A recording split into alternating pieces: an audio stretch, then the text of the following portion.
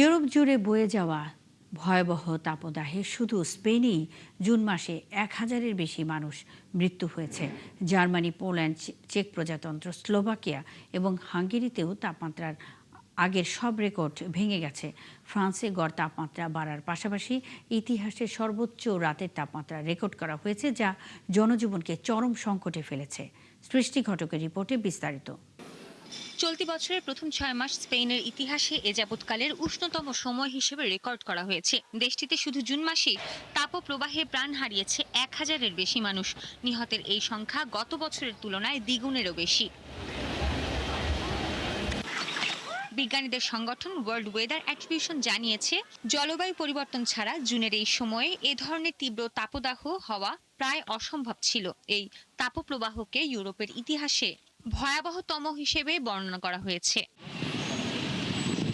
Record গরমে ভয়াবহ দুর্যোগপূর্ণ আবহাওয়া এখন ফ্রান্সেও। নজিরবিহীন তাপপ্রবাহে মৃত্যুর সংখ্যা বেড়ে যাওয়ায় প্যারিসের শেষকৃত্য সেবা প্রতিষ্ঠান ও মর্গগুলোতে ধারণ ক্ষমতার সংকট দেখা দিয়েছে। গ্রীষ্মকালে সাধারণত শেষকৃত্য সেবা প্রতিষ্ঠানগুলোর ধারণ ক্ষমতা 30 থেকে 45% ব্যবহৃত হয়, কিন্তু বর্তমানে সারা দেশে সেই হার 66% ছাড়িয়ে গেছে। ফ্রান্সে গত 24 জুন বুধবার দেশটির ইতিহাসের সর্বোচ্চ তাপমাত্রা রেকর্ড করা হয়। ওই দিন দেশটিতে অন্তত 1,200 মানুষের মৃত্যু হয়। পরের 2 দিন বৃহস্পতি ও শুক্রবার মারা যান আরও 1,400 জন করে। এ সংখ্যা আরও বাড়তে পারে বলেও শঙ্কা প্রকাশ করেছে স্বাস্থ্য কর্তৃপক্ষ। জার্মানিতে তীব্র তাপপ্রবাহের মধ্যে পানিতে ডুবে 30 জনের বেশি মারা গেছে। তাপপ্রবাহ শুরু হওয়ার আগে ডিএলআরজি বাসিন্দাদের সতর্ক করে প্রচন্ড গরমে সাঁতার কাটা বা গোসল করতে যাওয়ার ঝুঁকিকে হালকাভাবে না দেখার পরামর্শ দিয়েছিল। বাসায় থাকাই যাচ্ছে না। দরজা জানালা সব খুলে দিয়ে ফ্যান ছেড়ে রাখলেও কোনো ঠান্ডা বাতাস গায়ে লাগছে না। দিনের বেলায় বাসায় থাকছি না, কোনো ঠান্ডা জায়গা খুঁজে সেখানে দিন পার করছি। তবে আমার মনে হয় জানালা দরজা খুলে রাখলে ঘর আরো গরম হয়ে থাকছে, তাই ভারী পর্দা দিয়ে তাপ আটকে রাখার চেষ্টা করছি। ইউরোপের বেশিরভাগ দেশের মতো যুদ্ধবিধ্বস্ত ইউক্রেনেও তাপমাত্রা ছাড়িয়েছে 30 ডিগ্রি সেলসিয়াস। এতে রাজধানী কিয়েভের বাসিন্দাদের পাশাপাশি চরম দুর্বিষহ পরিস্থিতিতে রয়েছে রণক্ষেত্রে রাশিয়ার বিরুদ্ধে যুদ্ধরত সেনারা। এদিকে ইউরোপের পাশাপাশি কানাডা ও যুক্তরাষ্ট্রের কলোরাডো, মিসৌরি সহ বিভিন্ন অঙ্গরাজ্য ও যুক্তরাজ্যের বিভিন্ন জায়গাতেও তাপপ্রবাহ মারাত্মক রূপ ধারণ করেছে। বিভিন্ন জায়গায় জারি রয়েছে জরুরি স্বাস্থ্য সতর্কতা। সৃষ্টি ঘটক, ৭১। ভয়াবহ দাবানলে পুড়ছে যুক্তরাষ্ট্রে কলোরাডো অঙ্গরাজ্যের বনাঞ্চল।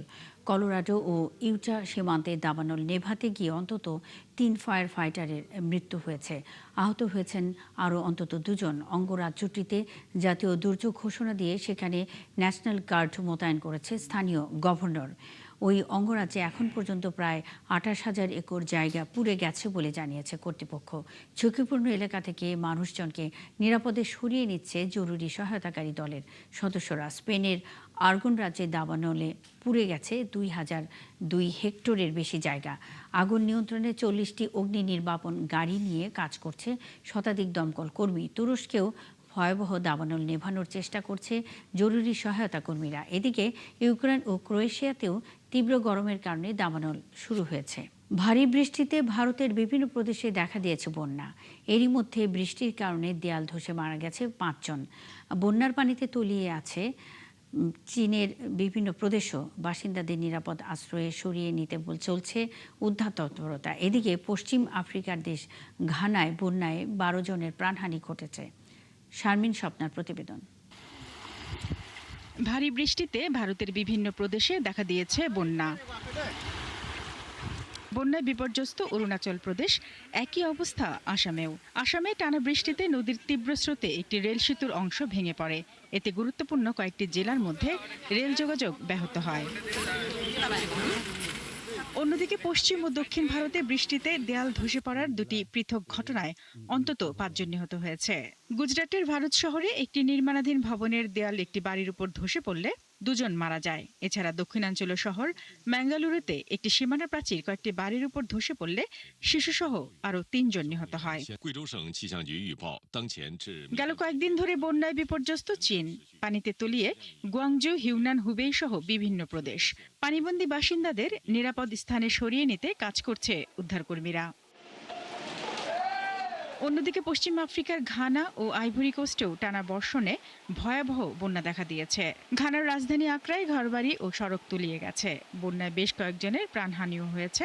উদ্ধার করা হয়েছে 4 শতাধিক মানুষকে। জলবায়ু পরিবর্তনের বিরূপ প্রভাবের পাশাপাশি অবৈধ স্থাপনা ও জলপ্রবাহের পথ দখলও বন্যার কারণ বলে স্বীকার করেছে দেশটির সরকার। শারমিন স্বপ্না, 71। বেলজিয়ামের উত্তরাঞ্চলীয় আন্টভের্প শহরে একটি 10তলা ভবনে আগুন লেগে অন্তত 6 জনের মৃত্যু হয়েছে। স্থানীয় গণমাধ্যমকে পুলিশ জানিয়েছে বুধবার সকালে 10টার দিকে এই অগ্নিকাণ্ড হয়।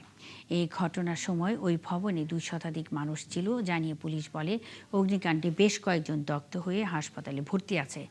ঘটনার পরই দেশটির বিভিন্ন জেলা থেকে বেশ কয়েকটি গাড়িতে করে সেখানে পৌঁছায় জরুরি সহায়তাকারী দল। দ্রুত আগুন নেভানোর পাশাপাশি ওই ভবন থেকে সব বাসিন্দাকে সরিয়ে নেওয়া হয়। ট্রাম্পের দায়ের করা ও তার স্বার্থ সংশ্লিষ্ট কয়েকটি মামলার রায় ঘোষণা করেছে যুক্তরাষ্ট্রের সুপ্রিম কোর্ট, যার মধ্যে একটি বাদে সবকটি রায়ই ট্রাম্পের বিপক্ষে গেছে। আর এই রায়গুলোকে ট্রাম্পের দ্বিতীয় মেয়াদের জন্য বড় ধাক্কা হিসেবে দেখছেন রাজনৈতিক বিশ্লেষকরা। বিস্তারিত মনিরুজ্জামান বাবুর প্রতিবেদনে।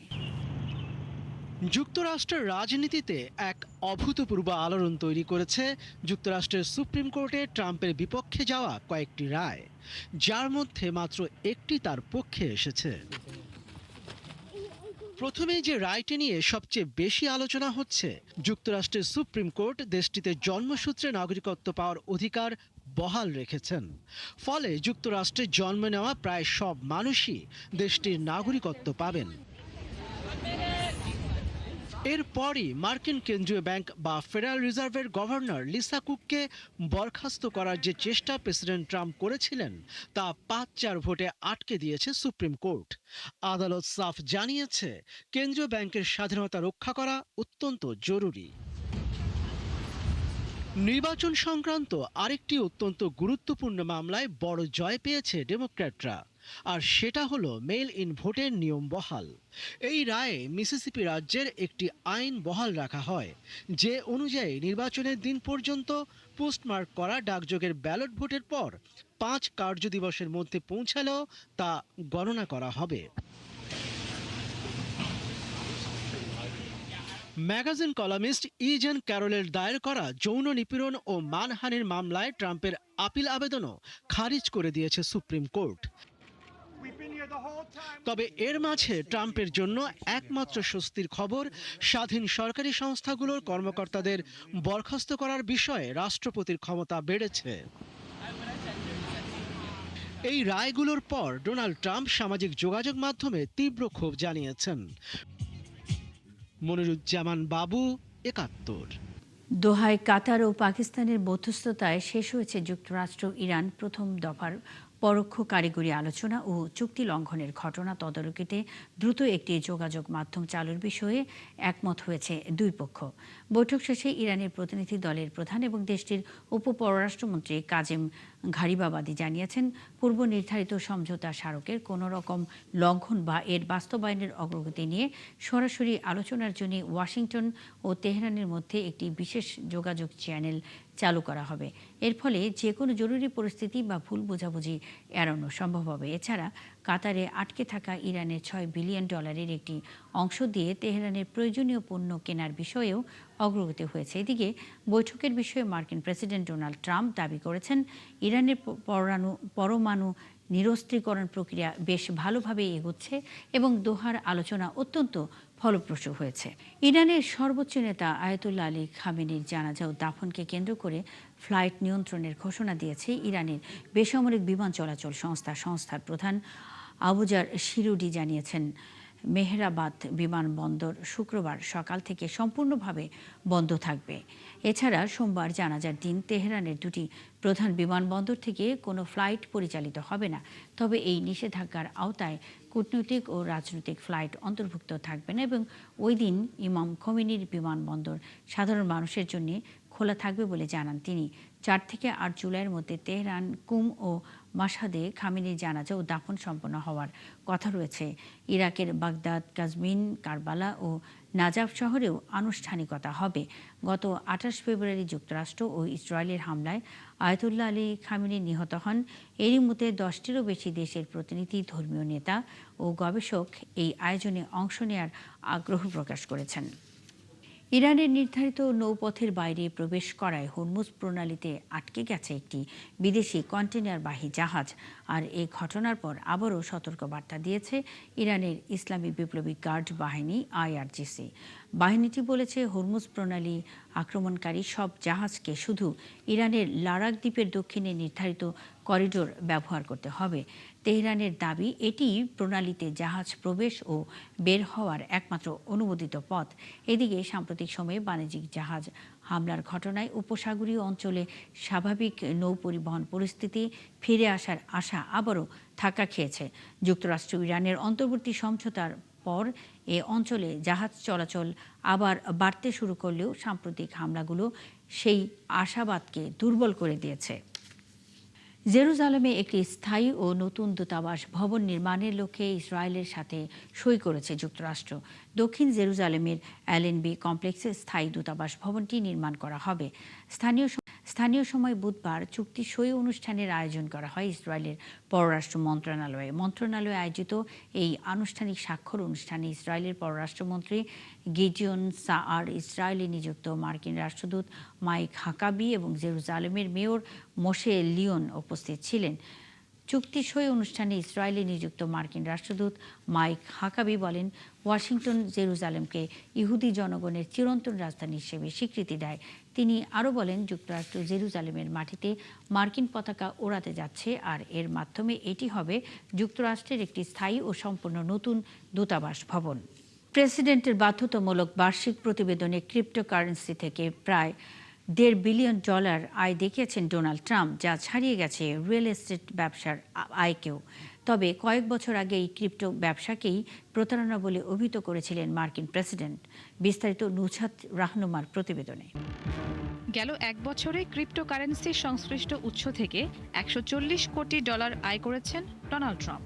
বছর ব্যবধানে যা বেড়েছে প্রায় 9 গুণ।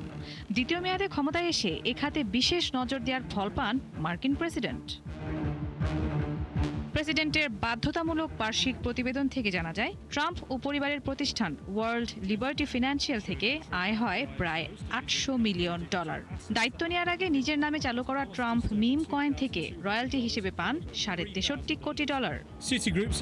একসময় যে ক্রিপ্টো ব্যবসাকে প্রতারণা বলেছেন, তার বদলতেই এখন শত শত কোটি ডলারের মালিক ট্রাম্প, যা ছাড়িয়ে গেছে তার রিয়েল এস্টেট ব্যবসাকেও। হোয়াইট হাউসের তথ্য বলছে, যুক্তরাষ্ট্রকে বিশ্বের ক্রিপ্টো রাজধানী হিসেবে গড়ে তুলতে চান ডোনাল্ড ট্রাম্প। ফলে এই খাতের সম্প্রসারণে নানা কার্যকর উদ্যোগ নেন মার্কিন প্রেসিডেন্ট। এছাড়া নিজের আবাসন ব্যবসা ও ট্রাম্প ব্র্যান্ডের বিভিন্ন পণ্য থেকেও আরও কয়েক লাখ ডলার আয় করেছেন মার্কিন প্রেসিডেন্ট। তবে প্রেসিডেন্ট পদ থেকেও যে আর্থিকভাবে তিনি লাভবান হচ্ছেন তা অস্বীকার করছে হোয়াইট হাউস। ফোর্বসের তথ্য বলছে, ট্রাম্পের মোট সম্পদের পরিমাণ এখন প্রায় $600 কোটি। 2024 সালে যা ছিল $233 কোটি।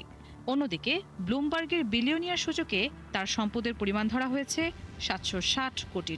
বর্তমানে ট্রাম্পের ব্যবসা দেখভাল করছেন তার সন্তানরা। নুজহাত রাহনুমা, 71। ইউক্রেনের বৃহত্তম শহর খার্কিভে রাশিয়ার ড্রোন ও বিমান হামলায় 15 বছর বয়সী এক কিশোর নিহত হয়েছে। আহত হয়েছে আরও 32 জন। এছাড়াও রুশ বাহিনীর 7টি গাইডেড বোমা হামলায় খার্কিভে বেশ কিছু আবাসিক বাড়ি ও অবকাঠামো ক্ষতিগ্রস্ত হয়েছে। স্থানীয় সময় বুধবার খার্কিভের মেয়র টেলিগ্রামে এ তথ্য নিশ্চিত করেন। এদিকে আগুন নিয়ন্ত্রণে দমকল কর্মীরা কাজ শুরু করলে সেখানে আবারও হামলার ঘটনা ঘটে। একই সময় চিকিৎসা কর্মী ও প্যারামেডিক্যাল দল আহতদের জরুরি চিকিৎসা ও উদ্ধার কাজ পরিচালনা করেন। ইউক্রেনের কর্মকর্তারা জানিয়েছেন, খার্কিভের পাশাপাশি আর কয়েকটি শহর হামলা চালিয়েছে রুশ বাহিনী। দিন দিন সামাজিক যোগাযোগ মাধ্যমের প্রতি আসক্তি বাড়ছে মানুষের। সাম্প্রতিক এক আন্তর্জাতিক সমীক্ষায় দেখা গেছে একজন মানুষ দৈনিক 2.5 ঘন্টার বেশি সময় কাটাচ্ছে এই জগতে, যা বছর শেষে দাঁড়াচ্ছে 40 দিনে। বিশ্লেষকরা বলছেন সাশ্রয়ী স্মার্টফোন এবং ইন্টারনেটের সহজলভ্যতাই এর মূল কারণ। তবে সোশ্যাল মিডিয়া ব্যবহারে সতর্ক থাকার আহ্বান জানিয়েছেন বিশেষজ্ঞরা। অরিসুল ইসলামের রিপোর্টে বিস্তারিত। সকালে ঘুম থেকে ওঠার পর থেকে শুরু করে রাতে ঘুমাতে যাওয়ার আগ মুহূর্ত পর্যন্ত দিনের বড় একটি অংশ এখন কাটে স্মার্টফোনের স্ক্রিনে। সামাজিক যোগাযোগ মাধ্যমে স্ক্রল করা, ছবি বা ভিডিও দেখা কিংবা সবার সাথে যুক্ত থাকার এই অভ্যাস আজ বিশ্বের কোটি কোটি মানুষের দৈনন্দিন জীবনের অবিচ্ছেদ্য অংশ হয়ে উঠেছে। অথচ 2010 সালে যখন প্রথম সোশ্যাল মিডিয়া ডে উদযাপনের সূচনা হয়, তখন হয়তো কেউ কল্পনাও করেনি অল্প কয়েক বছরের ব্যবধানে এই মাধ্যম মানুষের জীবনযাপন, যোগাযোগ, বিনোদন, এমনকি চিন্তা চেতনার উপর এত গভীর প্রভাব ফেলবে। 16 বছর পর 2026 সালের ডেটা রিপোর্টালের গ্লোবাল ওভারভিউ রিপোর্ট বলছে বিশ্বের 2/3 বেশি মানুষ এখন সামাজিক যোগাযোগ মাধ্যম ব্যবহার করছে, সংখ্যায় যা প্রায় 566 কোটি। অথচ 2005 সালেও এই সংখ্যাটি ছিল মাত্র 50 কোটি। সমীক্ষা বলছে একজন সাধারণ ব্যবহারকারী দৈনিক গড়ে 2.5 ঘন্টার বেশি সময় কাটায় ফেসবুক, ইনস্টাগ্রাম কিংবা টিকটকের মতো প্ল্যাটফর্মে। আপাত দৃষ্টিতে এই সময়টুকু খুব কম মনে হলেও সপ্তাহে তা দাঁড়ায় 18.5 ঘন্টার বেশি। আর বছর শেষে হিসাব করলে দেখা যায় জীবনের মূল্যবান 40টি দিন মানুষ কাটিয়ে দিচ্ছে স্ক্রল করে। এক দশক বা পুরো জীবনের হিসেবে যা রীতিমতো চমকে ওঠার মতো। তবে বিশ্বজুড়ে এই ব্যবহারের চিত্রটা এক নয়। জনসংখ্যার অনুপাতে সবচেয়ে বেশি ব্যবহারকারী পূর্ব এশিয়ায় প্রায় 88.1%। এরপরেই রয়েছে ইউরোপ ও আমেরিকা, গড়ে 70% বেশি। বিপরীত চিত্র আফ্রিকার দেশগুলোতে। সেন্ট্রাল আফ্রিকায় মাত্র 12.1% মানুষ সোশ্যাল মিডিয়া ব্যবহার করেন, আর পূর্ব ও পশ্চিম আফ্রিকাতেও এই হার 20%-এর নিচে।